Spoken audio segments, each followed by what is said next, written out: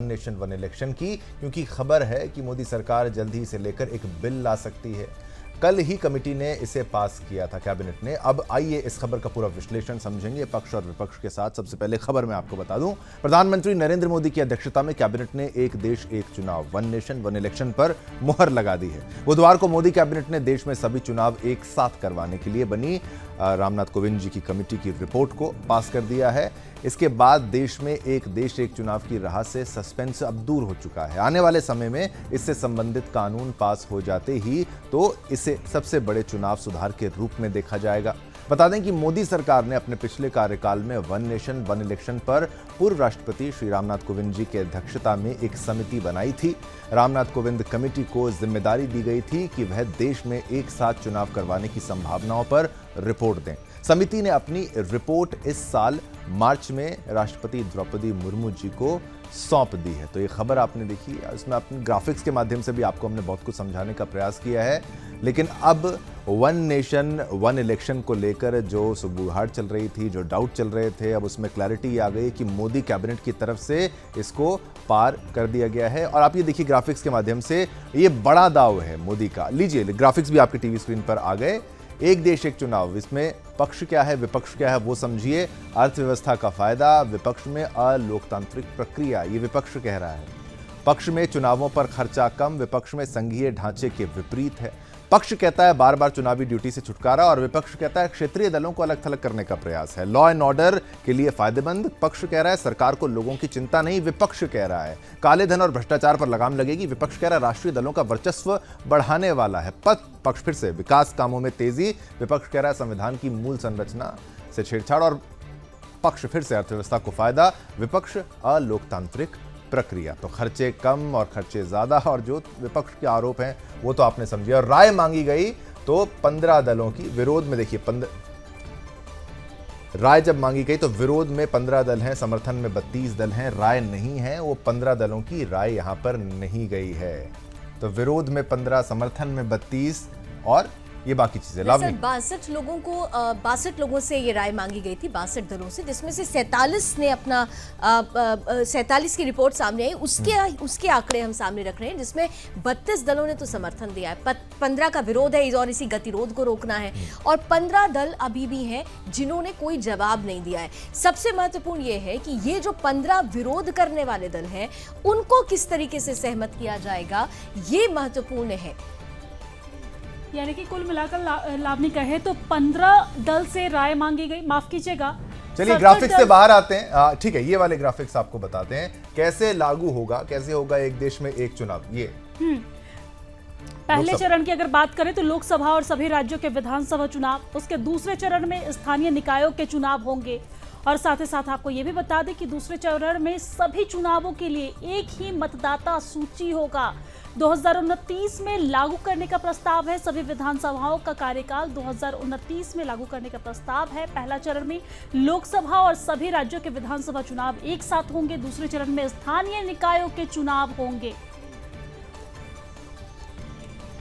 तो कोविंद कमेटी के प्रस्ताव, सभी राज्य विधानसभाओं का कार्यकाल 2029 तक बढ़ाया जाएगा, कम किसी का नहीं किया जाएगा। किसी को बहुमत नहीं मिलता है और अविश्वास प्रस्ताव पास होता है तो नए सिरे से तुरंत होगा। और क्या है, पहले फेज में लोकसभा और विधानसभा के चुनाव होंगे। लोकसभा और विधानसभा के पहले फेज में 100 दिनों के भीतर दूसरा फेज होगा, जिसमें स्थानीय निकायों के चुनाव होंगे। सभी प्रकार के चुनाव एक साथ करा दिए जाएंगे। सभी चुनावों के लिए एक ही मतदाता सूची, वोटर लिस्ट एक ही रहेगी। उपकरणों, जनशक्ति और सुरक्षा बलों की एडवांस प्लानिंग की जाएगी। साथ ही साथ सभी राज्य विधानसभाओं का कार्यकाल 2029 तक बढ़ाया जाएगा, कम किसी का नहीं किया जाएगा। किसी को बहुमत नहीं मिलता है और अविश्वास प्रस्ताव पास होता है तो नए सिरे से तुरंत शुरुआत की जाएगी। और पहले फेज में लोकसभा और विधानसभा का चुनाव, और दूसरे फेज में बाकी तमाम चुनाव जो है स्थानीय निकायों के चुनाव जो है वो कराए जाएंगे। अब इसका पक्ष भी जानते हैं। हालांकि इस खबर से जुड़ा हुआ पक्ष और विपक्ष हमने ग्राफिक के माध्यम से आपके सामने रख दिया है, लेकिन क्योंकि अब प्रतिक्रियाओं का दौर शुरू हो चुका है, क्योंकि सबसे बड़े लोकतंत्र का सबसे बड़ा ये चुनाव होगा, और ऐसे में बहुत सारी प्रतिक्रियाएं आ रही हैं। खासतौर से अगर इस खबर के पक्ष की बात की जाए तो केंद्रीय मंत्री अश्विनी वैष्णव ने कैबिनेट के फैसले की जानकारी देते हुए कहा कि समिति की सिफारिशों पर देश के सभी मंचों पर चर्चा की जाएगी। सभी नौजवानों, कारोबारियों, पत्रकारों समेत सभी संगठनों से इस बात पर चर्चा चर्चा भी होगी और इसके बाद इसे लागू करने के लिए एक ग्रुप बनाया जाएगा। फिर कानूनी प्रक्रिया पूरी करके इसे लागू किया जाएगा। वन नेशन वन इलेक्शन पर केंद्रीय मंत्री जयंत चौधरी का भी कहना है कि कैबिनेट ने फैसला ले लिया है। इस पर काफी मंथन हुआ। सरकार बहुत अच्छा कदम उठा रही है। लोकतंत्र को मजबूत करने वाले फैसला लिया गया है। जहां बीजेपी इस फैसले को ऐतिहासिक करार दे रही है, तो वहीं ऐसे में सुन लेते हैं कि इसका समर्थन करने वाले नेताओं का, यानी जो 32 दल हैं खास तौर से, वो उस दल से जुड़े हुए नेता इसके समर्थन में, वन नेशन वन इलेक्शन के लिए समर्थन में क्या कुछ कहते हैं।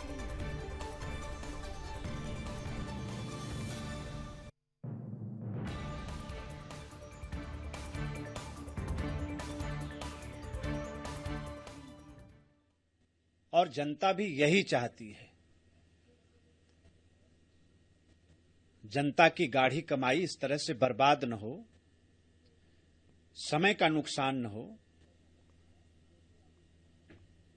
जो चुनाव में बार बार पैसा लगता है, वो पैसा देश के विकास में लगे, गरीबों के हित में वो खर्चा हो, ये ज्यादा अच्छा है।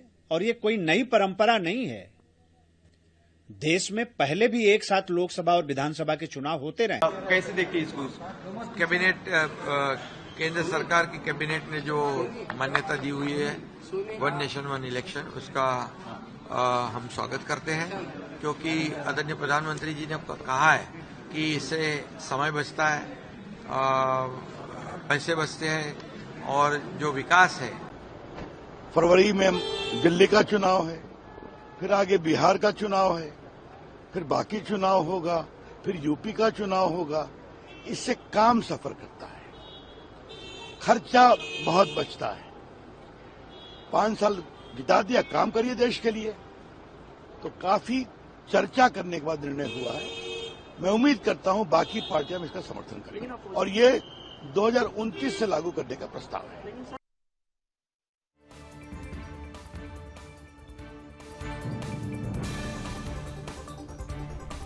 तो चलिए इस खबर का विपक्ष समझ लेते हैं। वन नेशन वन इलेक्शन पर राष्ट्रीय जनता दल के प्रवक्ता शक्ति सिंह यादव ने इसे बीजेपी का राजनीति स्टंट बताया है। उन्होंने कहा है कि ये एक राजनीतिक स्टंट है। केंद्र को यह बताना चाहिए कि वो वन नेशन वन इलेक्शन को कैसे लागू करेंगे।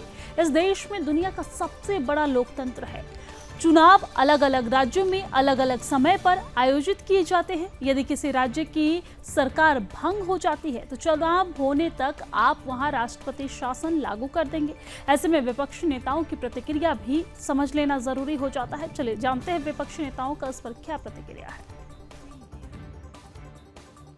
वन इलेक्शन, अच्छा भाई क्या है ये कुछ नहीं है। ये इस देश के संघीय ढांचे पर एक जबरदस्त प्रहार है, लेकिन ये असल में एक शगुफा है, क्योंकि नरेंद्र मोदी जी भी जानते हैं कि इसको पारित कराने के लिए उनको लोकसभा में 362 वोट चाहिए। उनकी एनडीए के पास 293 है। राज्यसभा में भी ये पारित नहीं हो पाएगा, वो जानते हैं। लेकिन ये शगुफे इसलिए रह रहकर छोड़े जाते हैं जिससे कि इस देश में चर्चा बनी रहे बेकार के मुद्दों पर।